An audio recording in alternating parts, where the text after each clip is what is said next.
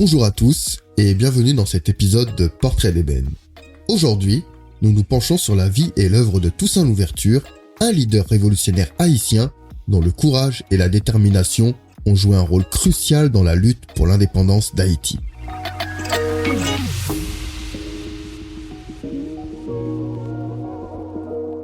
Pour comprendre la véritable portée des exploits de Toussaint Louverture, il est essentiel de revenir aux origines de cet homme extraordinaire. Né en 1743 dans la colonie française de Saint-Domingue, qui est aujourd'hui Haïti, François-Dominique Toussaint Louverture, de son vrai nom Toussaint de Bréda, est le fils d'esclaves africains. Sa naissance se situe à une époque où Saint-Domingue était l'une des colonies les plus riches du monde, grâce à ses plantations de sucre, de café et d'indigo. Cependant, cette richesse repose sur l'exploitation brutale des esclaves africains. Les conditions de vie des esclaves à Saint-Domingue étaient parmi les plus dures du monde colonial.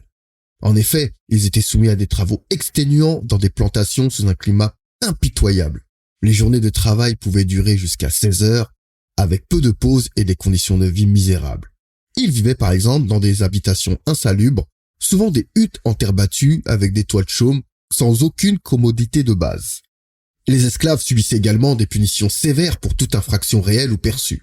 Les châtiments corporels tels que le fouet étaient courants et les mutilations ou les exécutions étaient utilisées pour instiller la peur et maintenir le contrôle. Les familles étaient fréquemment séparées avec des enfants vendus loin de leurs parents, brisant ainsi les liens familiaux et communautaires. Contrairement à la plupart des esclaves de son temps, Toussaint, lui, a eu la chance d'être éduqué. On pense que c'est son parrain, Pierre Baptiste, un esclave affranchi, qui lui a enseigné la lecture et l'écriture. Cette éducation précoce allait jouer un rôle crucial dans sa capacité à diriger et à inspirer. En plus de son éducation, Toussaint acquiert des compétences en gestion agricole et en médecine naturelle, des compétences qui lui seront inestimables plus tard. Malgré sa position de relative liberté et ses compétences, Toussaint ne pouvait ignorer la souffrance de ses frères et sœurs enchaînés. Il est profondément marqué par les conditions inhumaines dans lesquelles vivent les esclaves. Il comprend que pour changer leur sort, il faudra plus que du courage. Il faudra une vision, une stratégie et une volonté de faire.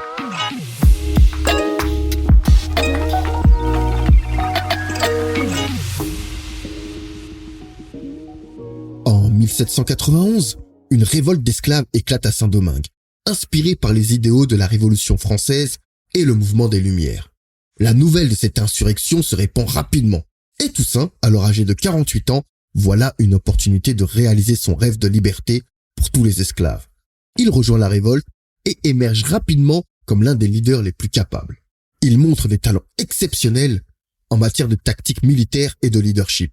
Il organise les forces rebelles en une armée disciplinée et utilise à la fois des stratégies de guérilla et des manœuvres militaires conventionnelles pour déstabiliser les forces coloniales. Il parvient aussi à établir des alliances cruciales. En 1793, Toussaint forge une alliance stratégique avec les Espagnols qui contrôlaient alors la partie orientale de l'île de Saint-Domingue. Cette alliance était motivée par plusieurs facteurs. Premièrement, les Espagnols offraient des armes et des provisions en échange du soutien des rebelles. Deuxièmement, les Espagnols qui étaient en guerre avec la France révolutionnaire voyaient en Toussaint un allié potentiel pour affaiblir les forces françaises à Saint-Domingue. En rejoignant les Espagnols, Toussaint espérait également protéger les esclaves affranchis et assurer leur liberté. Cependant, l'année d'après, en 1794, la situation change lorsque la France décide d'abolir l'esclavage dans ses colonies.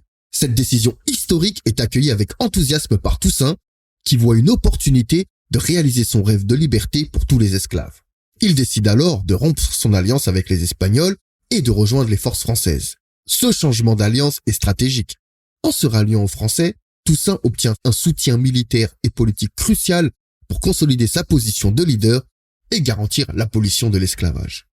Ce mouvement astucieux lui permet de renforcer son armée et de repousser les envahisseurs britanniques qui tentaient de s'emparer de Saint-Domingue. En effet, les Britanniques, désireux de profiter de l'instabilité dans la colonie française et de l'affaiblissement de la France révolutionnaire, avaient envoyé des troupes pour s'emparer de la riche colonie.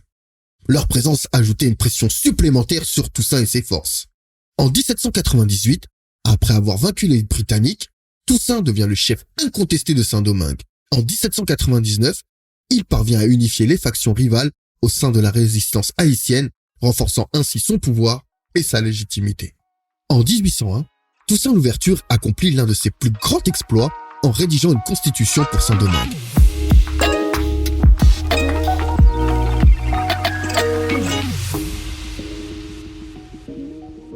Cette constitution est un document révolutionnaire qui affirme l'abolition définitive de l'esclavage et pose les bases d'une société libre et égalitaire. Cette constitution est un acte audacieux qui change le destin de Saint-Domingue. Elle déclare que tous les habitants de l'île sont libres et égaux, mettant ainsi fin à des siècles d'oppression et de brutalité. Cette abolition définitive de l'esclavage est un acte de justice et de reconnaissance de la dignité humaine, incarnant la vision de Toussaint pour une société où chacun peut vivre dans la liberté et la dignité. En plus de l'abolition de l'esclavage, la Constitution de 1801 établit le catholicisme comme religion d'État tout en garantissant la liberté de culte. Elle proclame également Toussaint Louverture gouverneur à vie avec le pouvoir de nommer son successeur. Cette mesure, bien que controversée, vise à assurer la stabilité politique et à protéger les gains obtenus par la Révolution. La Constitution déclare aussi que Saint-Domingue restera une partie de l'Empire français, mais jouira d'une autonomie significative. Cette déclaration est un acte de diplomatie astucieux de la part de Toussaint qui cherche à maintenir une relation avec la France tout en affirmant l'autonomie de l'île.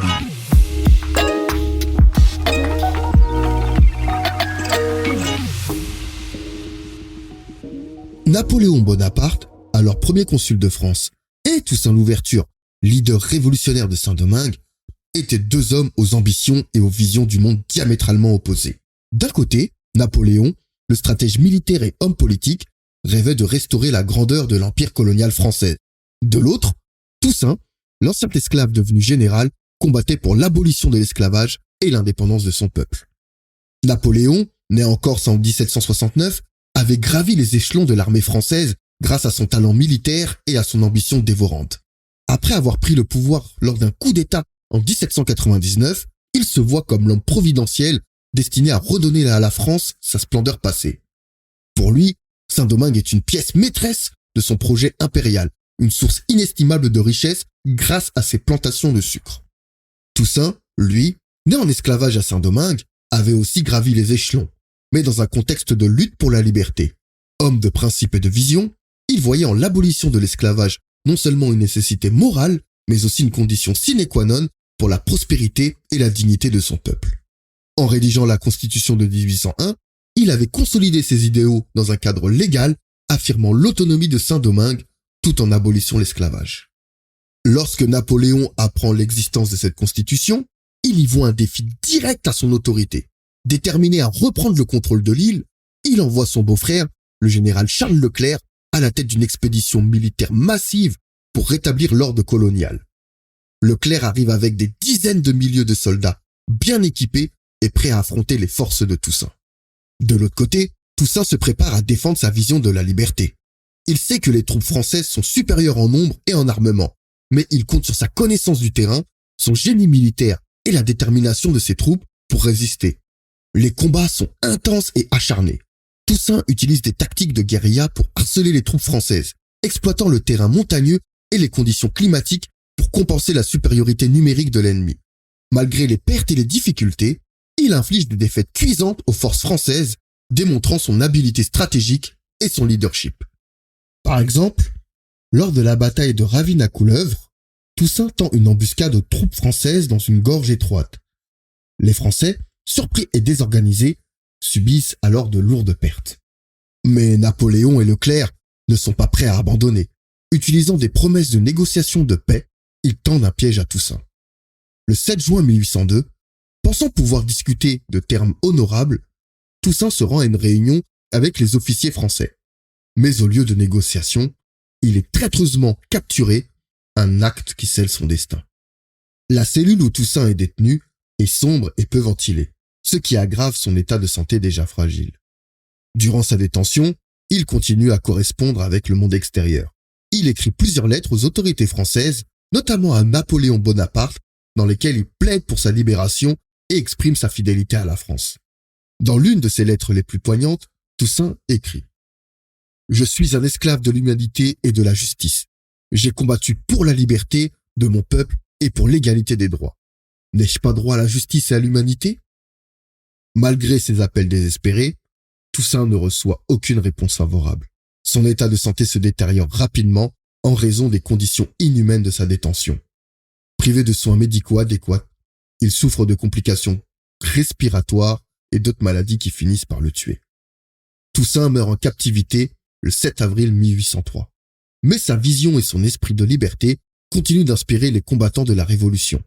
Sa capture et sa mort galvanisent les rebelles qui continuent la lutte pour l'indépendance sous la direction de Jean-Jacques Dessalines et Henri Christophe. En 1804, après des années de combats acharnés, Haïti devient la première république noire indépendante du monde. Le sacrifice de Toussaint Louverture n'a pas été vain. Son héritage perdure dans les cœurs et les esprits de ceux qui luttent pour la liberté et la justice. Il a montré au monde entier que même les plus grandes puissances coloniales pouvaient être défaites par la détermination et le courage. Toussaint Louverture était bien plus qu'un militaire ou un homme politique. Il était un visionnaire qui a redonné aux Noirs leur place légitime dans l'histoire de l'humanité. Son héritage demeure vivant, continuant d'inspirer ceux qui cherchent à comprendre le passé pour mieux construire l'avenir. Pour conclure cet épisode sur Toussaint Louverture, rappelons l'une de ses citations les plus marquantes. « En me renversant, on n'a abattu à Saint-Domingue que le tronc de l'arbre de la liberté des Noirs. Il repoussera par les racines parce qu'elles sont profondes et nombreuses. » Ces mots capturent l'essence de son œuvre et de son héritage et nous rappellent l'importance de la résilience et de la détermination. Merci de m'avoir écouté sur Portrait d'ébène. J'espère que l'histoire de Toussaint Louverture vous a inspiré autant qu'elle m'inspire. Restez à l'écoute pour découvrir d'autres récits qui façonnent notre vision du monde. Si vous avez aimé cet épisode, n'hésitez pas à vous abonner, à laisser un commentaire et à partager avec vos amis. Ensemble, célébrons les étoiles noires qui illuminent notre histoire. À bientôt sur Portrait d'ébène.